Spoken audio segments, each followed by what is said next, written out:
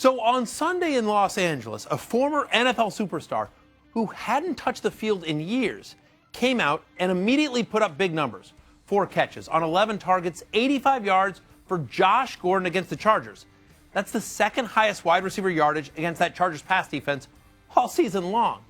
Now, should you go out and load up on other NFL stars who left the game in their prime?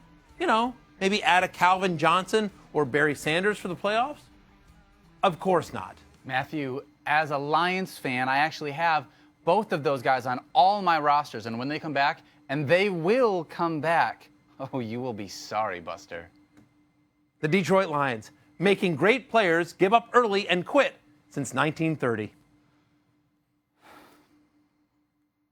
But you should definitely add Josh Gordon to your roster if you still can. You know, he's still available more than 30% of leagues. Look, we said 2 weeks ago he should be picked up in every league, but not played until he showed us something.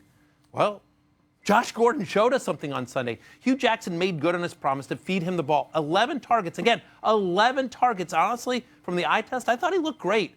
On the road in a tough matchup, he not only passed the eye test, but the actual fantasy points production test as well. As again, only Odell Beckham has had more receiving yards against the Bolts.